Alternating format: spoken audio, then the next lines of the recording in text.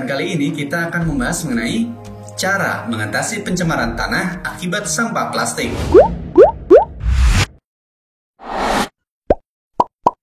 Pencemaran lingkungan sudah bukan menjadi masalah perorangan saja. Hal ini sudah menjadi tanggung jawab bagi kita semua, sebab dampaknya tidak hanya diri sendiri yang mengalaminya.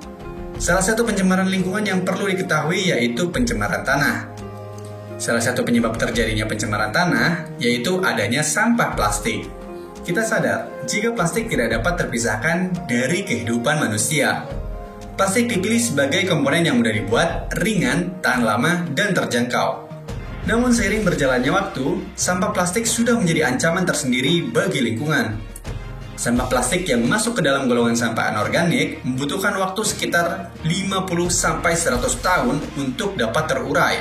Wow, lama sekali ya. Bisa dibayangkan, jika sampah plastik terus bertambah, butuh waktu berapa lama lagi untuk plastik tersebut dapat terurai? Nah, sudah saatnya kita bergerak untuk merubah lingkungan menjadi lebih baik ke depannya. Lalu, apa yang harus kita lakukan untuk mengatasi pencemaran tersebut? Berikut beberapa hal yang bisa kita lakukan. Buang sampah pada tempatnya. Langkah awal sebagai cara menyelamatkan tanah yaitu dengan tidak membuang sampah sembarangan. Saat ini masih banyak orang-orang yang membuang sampah sembarangan. Ada baiknya ubah kebiasaan buruk tersebut untuk selalu membuang sampah pada tempatnya. Ada baiknya juga sejak usia dini, anak-anak sudah dilatih untuk melakukan kebiasaan membuang sampah di tempat sampah, sebab perubahan kecil bisa berdampak besar di kemudian hari. Melakukan 3R. Mungkin istilah 3R masih terlalu asing untuk sebagian orang. 3R yaitu reduce atau kurangi, reuse atau gunakan kembali, dan recycle atau olah kembali. 3R hanya berlaku pada sampah anorganik seperti sampah plastik.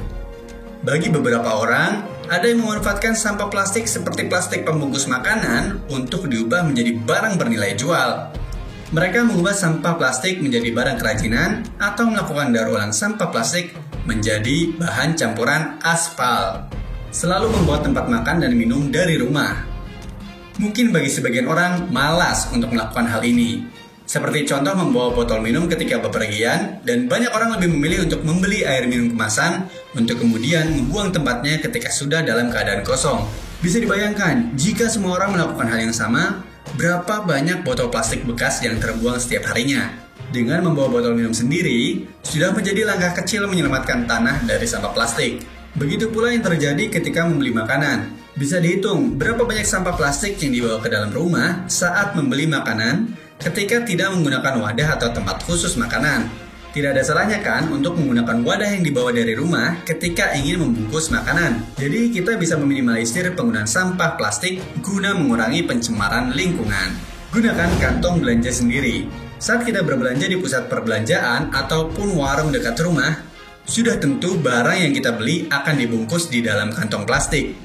Untuk mengurangi dampak pencemaran tanah yang disebabkan oleh sampah plastik, sebaiknya gunakan kantong belanja berbahan kain yang mudah disimpan dan dibawa kemanapun saat ingin berbelanja. Saat ini sudah banyak tersedia berbagai macam model dan bentuk tas khusus untuk berbelanja. Secara tidak langsung, kita telah membantu dalam menyelamatkan bumi dari pencemaran. Berhenti menggunakan sedotan plastik. Bagi kalian yang suka membeli minuman, terutama minuman dingin, beberapa rumah makan akan memberikan sedotan plastik pada minuman. Bisa dibayangkan berapa banyak sampah sedotan plastik yang terbuang setiap harinya. Beberapa restoran cepat saji sudah tidak menyediakan sedotan plastik, jadi kalian tidak akan menemukan sedotan di dalam restoran tersebut.